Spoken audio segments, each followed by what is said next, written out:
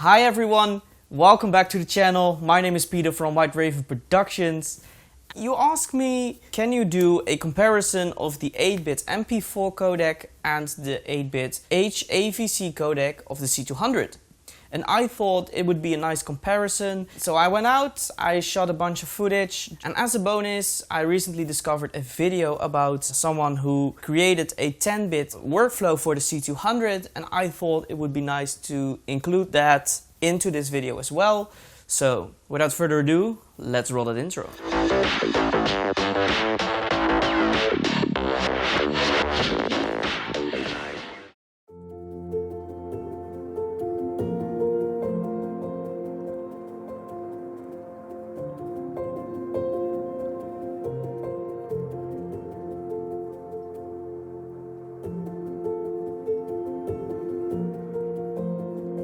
So let's face it, quality-wise, there aren't that many differences. But there are a couple of differences between these two codecs that I think are worth mentioning. And the first one for me is actually the XF-AVC codec. It doesn't run smooth, my computer can't properly process in real-time playback, while the MP4 actually runs very smooth. The second one, and that one I googled, the bitrate between the two codecs are different. The XF-AVC codec is 160 megabytes per second and the MP4 codec is 150 megabytes per second. Is that a big difference? No. Is it a noticeable difference? Not really.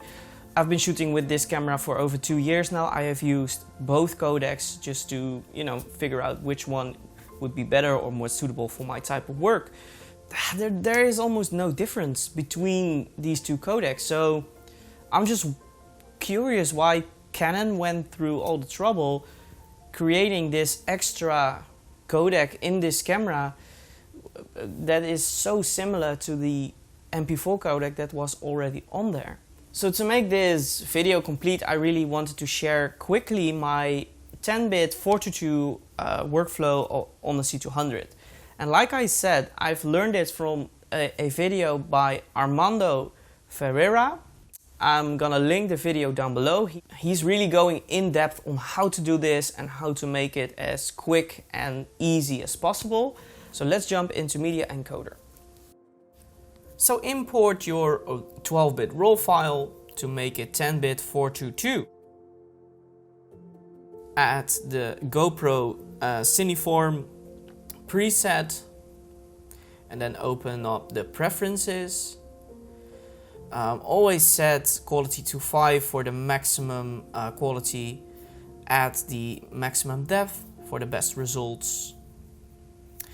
I use two mono microphones, my NTG5 and my Sennheiser, so I set 2 channels in mono. Now, so save the preset so you can use it later on.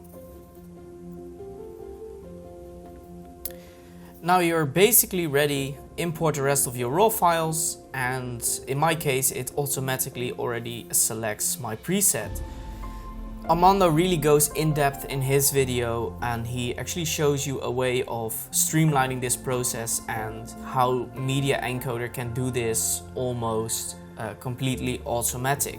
So it's really worth watching.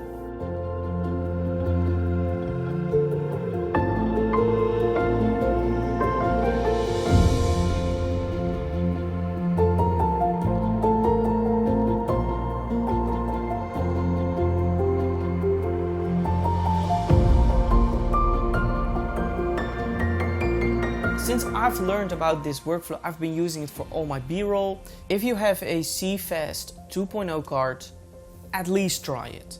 I totally recommend it. The increase in color and making more use of this beautiful C200 sensor is worth it. And that's it for today. I hope you liked the video. I hope you liked the comparisons, of course. Please let me know which has your preference in the comment section down below. Hit subscribe, like the video, hit the notification bell, and hopefully see you in next week's video. Later.